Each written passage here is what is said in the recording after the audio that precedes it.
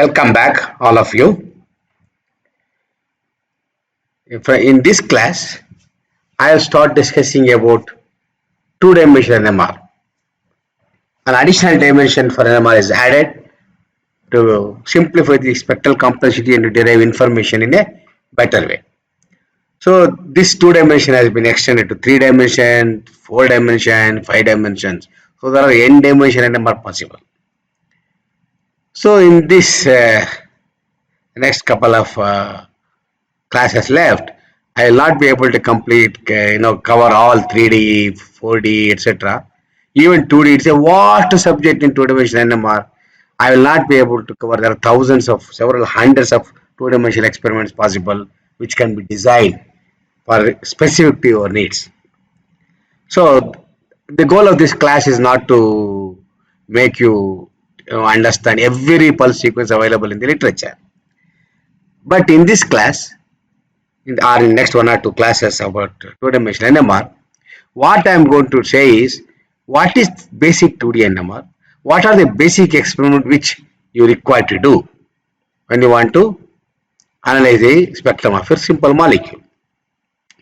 So I will start with the requirement, how to do a 2D, what is a 2D, how to interpret couple of 2D spectra. I will take examples. We'll go like that.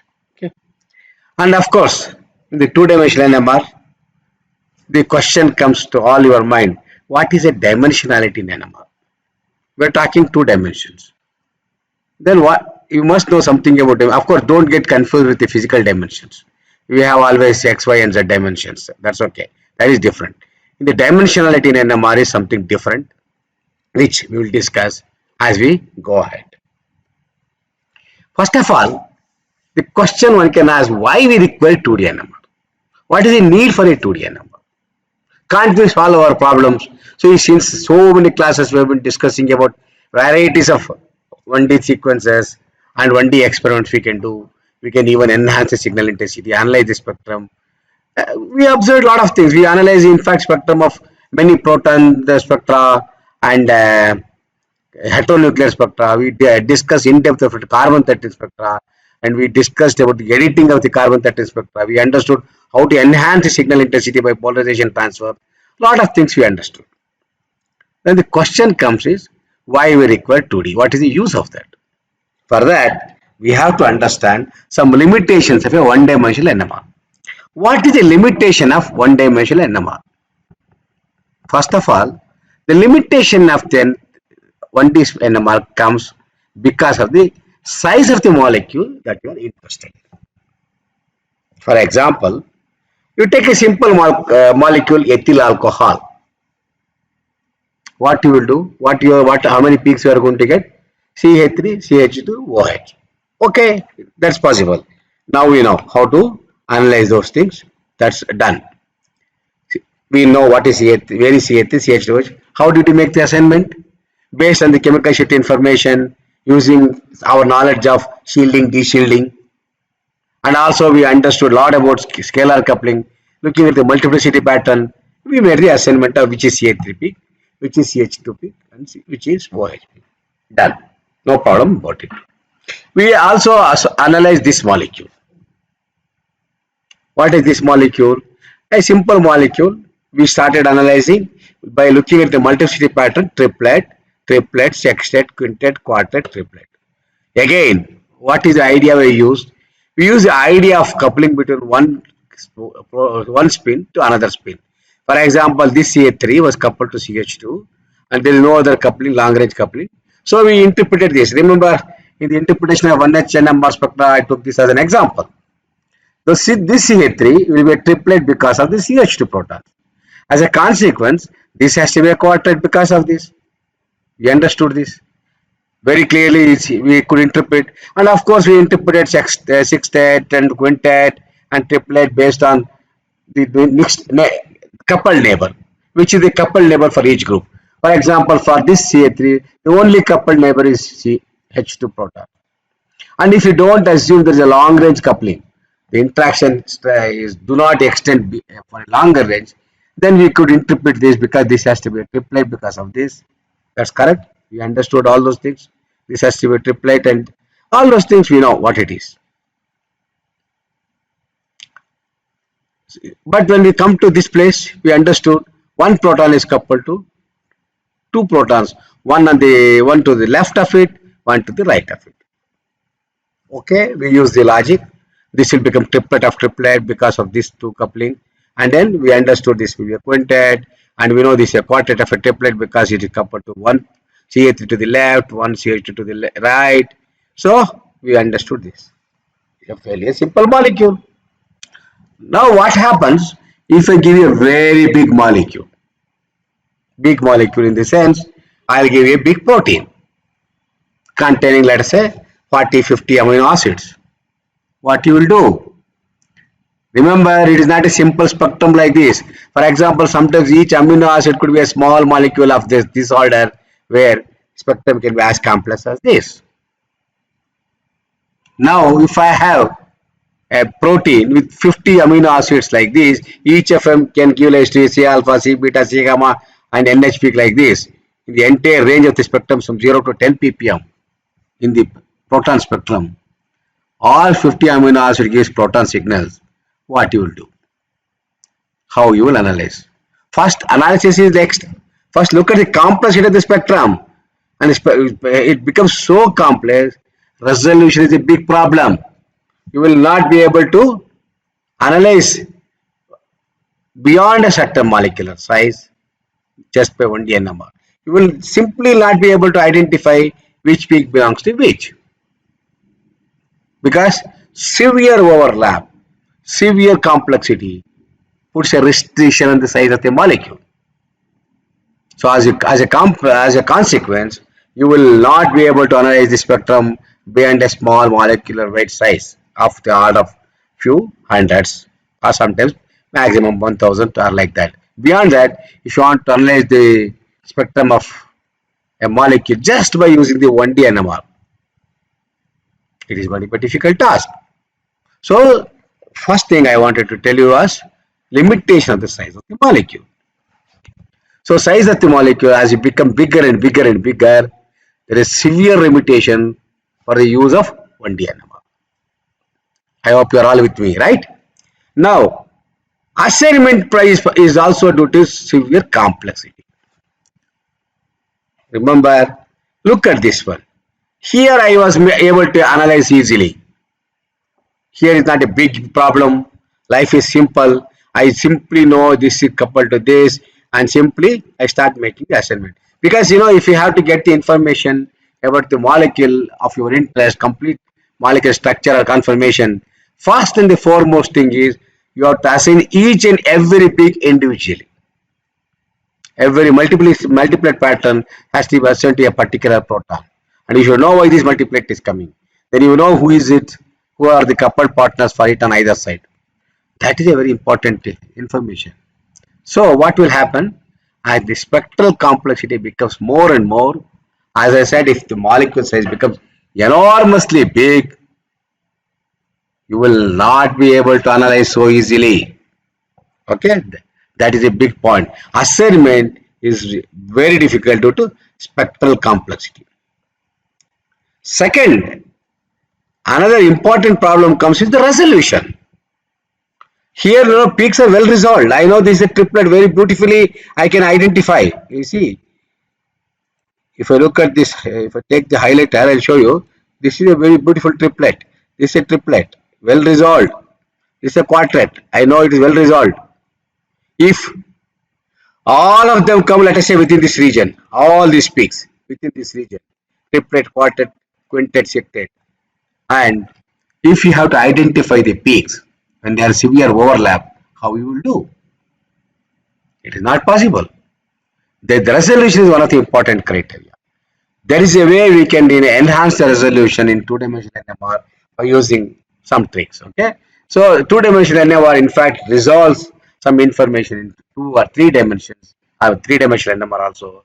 In general, it's a multi-dimensional NMR has an ability to separate out the interaction parameters or resolve the interaction parameters or correlate the information in different dimensions, making your assignments very simpler. That is the reason 1D NMR has a limitation. It cannot be done beyond a certain this thing because of enormous spectral complexity. Another thing, let us look at this one. Here, take an example, this sextet. This is coming because of proton 2. Why it is a triplet? Why this is a sextet? Because it is a quartet because of the CH3, and each line of the quartet is split into a triplet because of the CH2. Depending upon the coupling strength, it is a large quartet and each line of the quartet is a triplet. As a consequence, due to severe overlap, you have got this pattern. If this is the case, if the triplet coupling is larger, then it is going to be triplet of quartet. Then the analysis is we have to do it in a different style, and this is a triplet, and each line of this triplet is going to be a quartet like this. Fine. So this is the spectrum if this coupling is larger, CH2 coupling is larger. So it's triplet of quartet, otherwise it's quartet of triplet. That's fine. Now my question is, here when one coupling is larger, I know this is a triplet coupling between this proton to this proton. I know this is a quartet, this separation gives me coupling between this proton to this proton. Because we have been analyzing the proton spectrum since several weeks. We know that. But if there is no resolution like this, they are not resolved like this, it is an overlap like this. Now, how do you know which is a triplet, which is a quartet, and how do you know what is the coupling? It is not possible to, okay, in this case we can still do it, the simple molecule. Let us say this is also coupled to another CH3 or another CH2. Then what you will do? The spectral complexity will be so much because of the multiplicity pattern, they are overlapped. Then the problem, additional problem comes. In addition to identifying which proton is this, you should extract the J coupling of this proton with remaining protons which is coupled to. The extraction of the coupling information is a challenging task. So what you will do for that? Why? Let us think as a possibility. If somehow I can separate out coupling and chemical shift in two different way. I get chemical shift here and remove and get the J coupling here in this direction. And let us I think of two directions. In this direction here I am going to have chemical shift. In this direction, let us say I am going to have only scalar coupling information. If I can separate out, here I will get only J couplings, here I get only chemical shifts. I can make a plot like this. Here I get J couplings and here I get only chemical shifts. What does that mean? I am able to separate out the interactions. Does it not simplify my job? Exactly, that's what happened. This sextet can be simplified if I separate the interactions. You cannot do by 1D NMR. That is one of the biggest limitations. 1D NMR cannot permit you to do this type of separation of interactions. You get the point? That's one thing. So separation of J and delta is a difficult job. And it is not possible to correlate interaction. That is another interesting thing. Here, in this case, what we do is, I know it's a simple molecule, this is coupled to this. I know this is coupled to this based on the multiplicity pattern. In general, in a given by some molecule, there are many peaks overlapped here. Let us say all these four overlapped. Assume all four branch, this thing, multiple pattern, bunch of peaks come here. Everything is overlapped. Now, if you want to identify which is coupled to which, how you will do that? There is no way you can directly do it. But in the earlier days, there used to be what is called a selective decoupling we used to do. What I will do is I will go and do this decoupling by hitting at this proton. When I collapse this, make this energy states of these two these protons saturate, then what happens? This proton will not couple to some of it will break the coupling with some of the, for example, this is proton 4. If I saturate this, it will break the coupling with proton 3 somewhere here. Then this complexity gets reduced. Then I know this is coupled to this. So this is a way we can find out which are the coupled partners, which proton is this sitting next to which proton. The proximity of the proton which is coupled to that one, if you want to identify, okay, nearest neighbor coupled proton, And if there is a enormous spectral complexity, what we have to do is only selective decoupling, which is a very difficult task and also enormous time consuming. It takes, if a big molecule, if there are let us say 500 lines for 300 lines present in the entire range of the spectrum. If I want to get a molecular structure, finding out which is coupled to which, I have to do several hundreds and hundreds of such decoupling experiment, selective decoupling experiment. Then I know this is coupled to this is coupled to this. I can get the structure. This is not possible easily in a one-dimensional spectrum. It's a very, very difficult job. So we have to correlate which interaction, which proton is coupled to which proton. That is called correlation of the interaction to establish the connectivity pattern.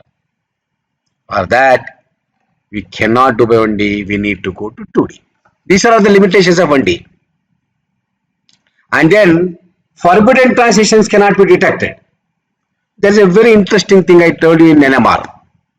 Remember, very first class, one of the classes I said, this selection rule for NMR is that you find out the magnetic quantum number for each energy state and find out the change in the magnetic quantum number between two energy states should be either +1 or -1.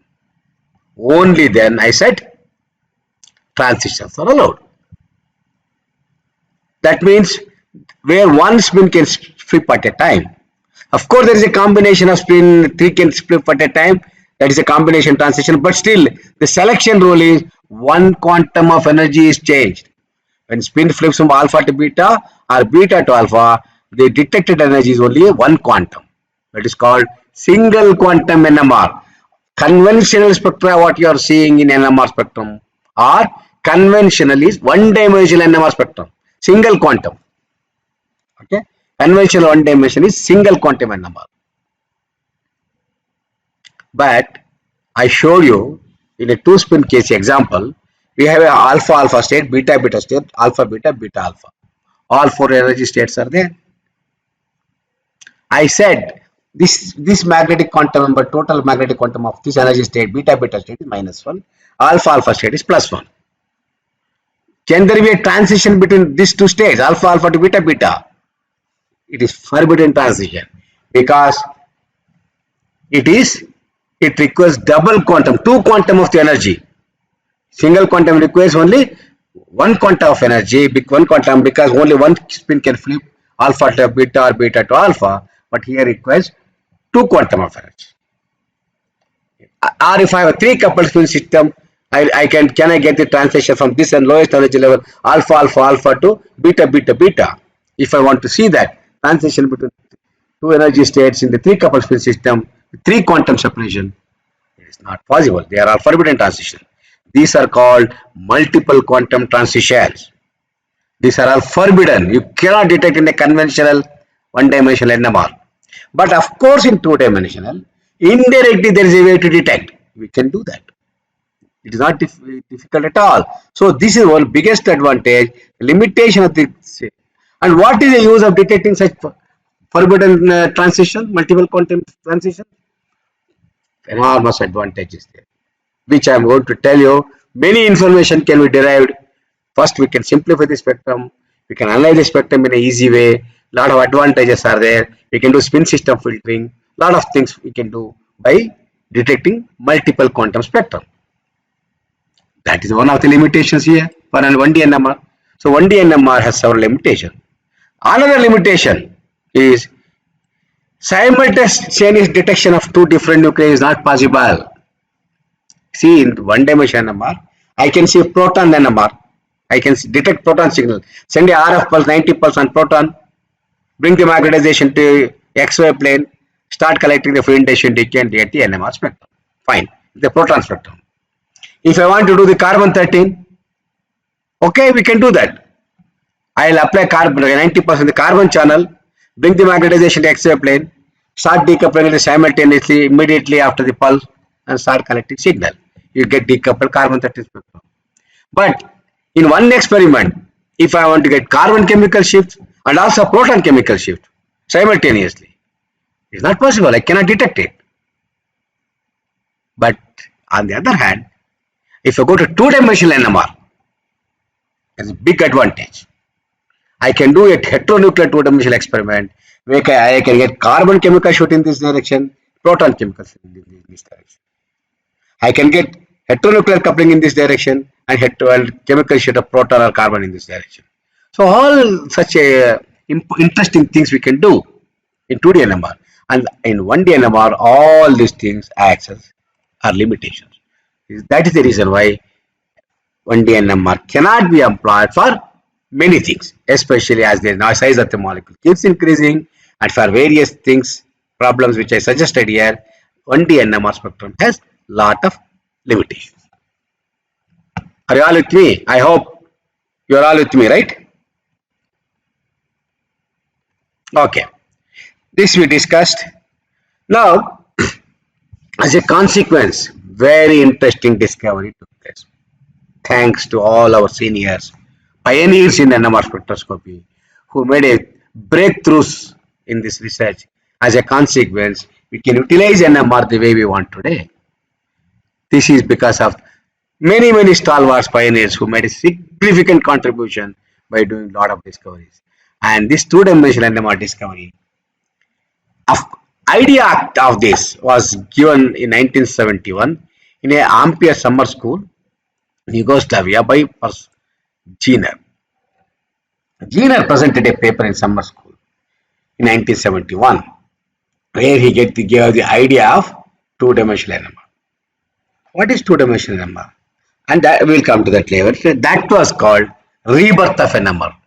Till 1970, from the year it was discovered, first observed in 1945, NMR was used to some extent after the discovery of chemical shift in 1945, 49, and then J coupling. Slowly everything was observed, and then NMR was used to some extent.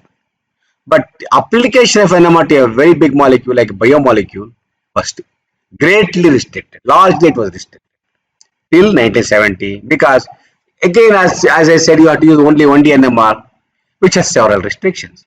A lot of constraints were there.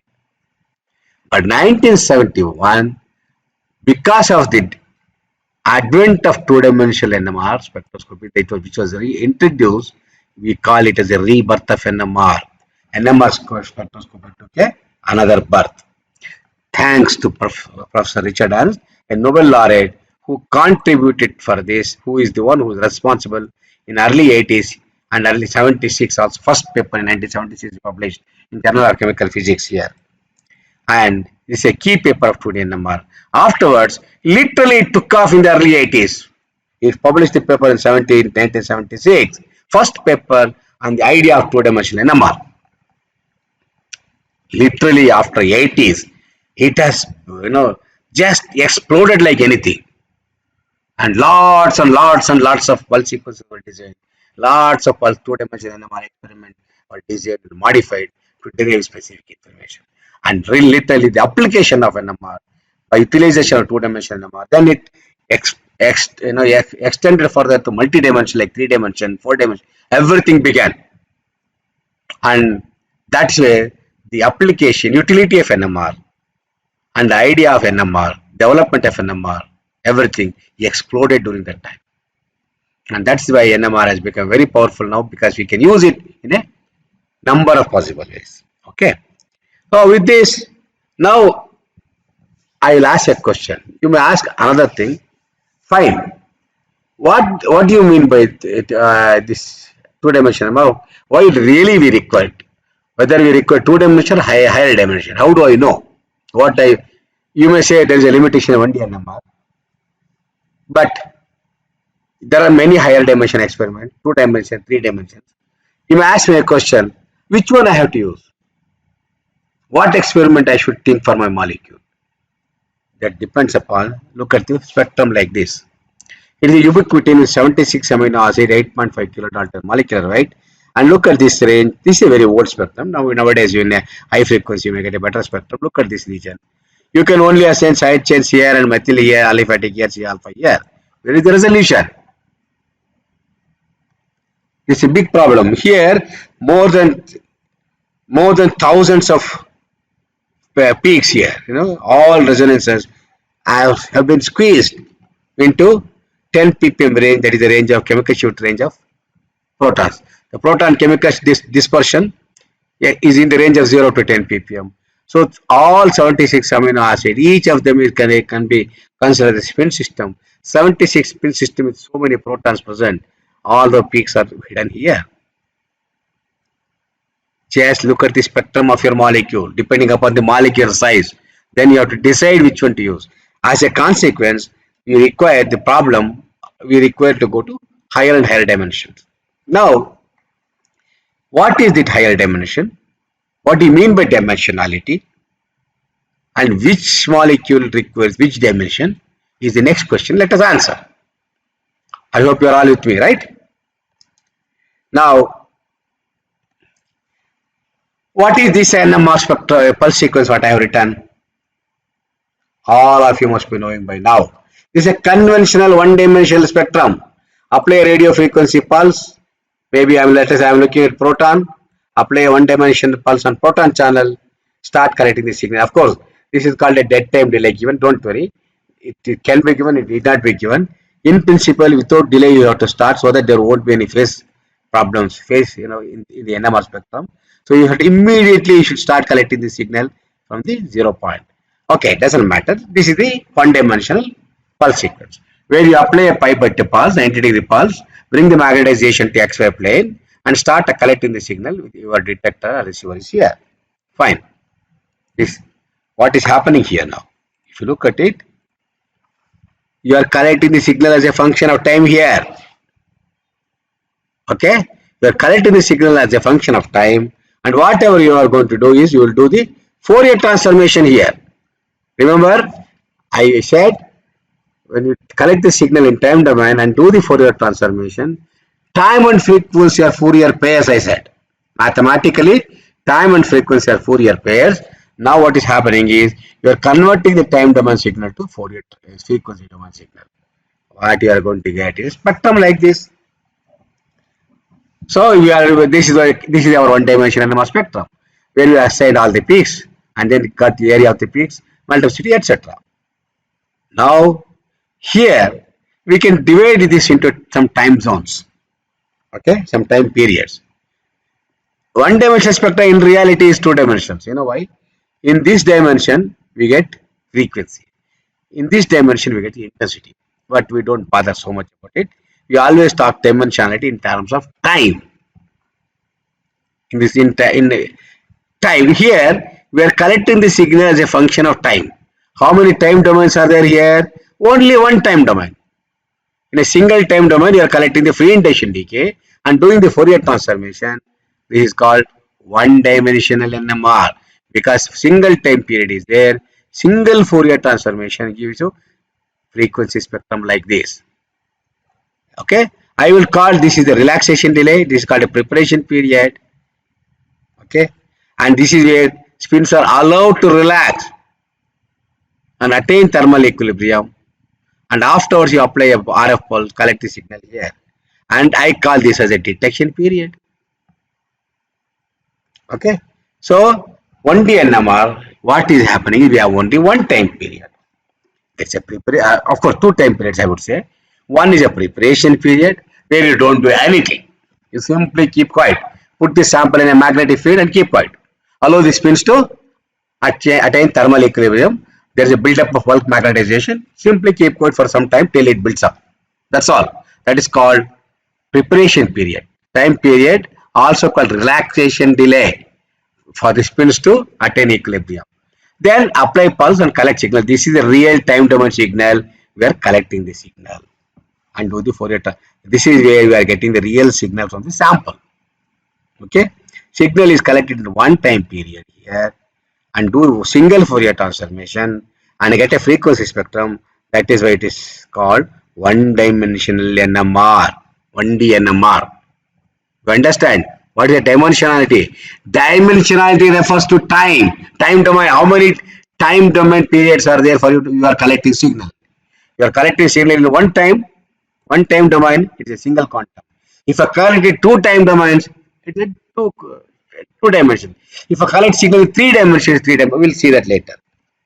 And general pulse sequence for a two-dimensional NMR consists of 4 time periods.